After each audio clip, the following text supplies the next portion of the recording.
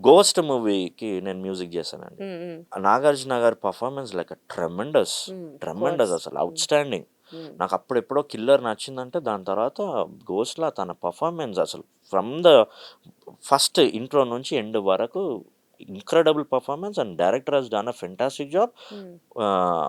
బయట అది ఫ్లాప్ అన్నారు. అండ్ రియల్లీ 'గోస్ట్' చేసిన తర్వాత even I was so silent okay. For so many times like పెద్దగా మూవీస్ కూడా నేను చేయలేదు దాని తర్వాత. ఎందుకు? అంటే అది ఫ్లాప్ అయిందని ఒక ఫీల్‌తో ఉన్నారా? ఆ ఫీల్‌తో ఉన్నాను. ఆ! ఎందుకు దట్ దట్ షేక్డ్ మీ అనమాట. ఆహా! చాలా కష్టపడి పని చేసాము. ఇది ఎందుకు ఇట్లా అంటున్నారు అని. దెన్ ఒక్ ద మూవ్‌మెంట్ అంటే ఆ డిప్రెషన్‌కెళ్ళక ముందే I changed my mind. Hmm. Car తీసుకొని స్ట్రీట్ రేసింగ్‌కెళ్ళిపోవడము. ఓహో! లేకపోతే బయట యూరప్‌కి హ్మ్. ఎళ్ళిపోవడం. హ్మ్. అంటే that is not my life.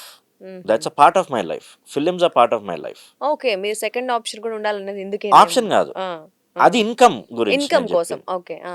ఇది మా మూవీసే గాని, మన ప్రొఫెషనే గాని, మన ప్రొఫెషన్ ఏదైతే ఉందో అదే మన లైఫ్ కాదు. హ్మ్. ఇంకా మన ఉంటుంది. లైఫ్‌లో చిన్న పార్ట్ అది. Of course. మన లైఫ్‌లో టీవీ చూడడం ఒక పార్ట్, పేరెంట్స్‌తో మాట్లాడడం ఒక పార్ట్, హ్మ్. హ్మ్. లేకపోతే బయటికెళ్ళడం ఒక పార్ట్, మన సెల్ఫ్‌గా బుక్స్ చదువుకోవడం ఒక పార్ట్. హ్మ్.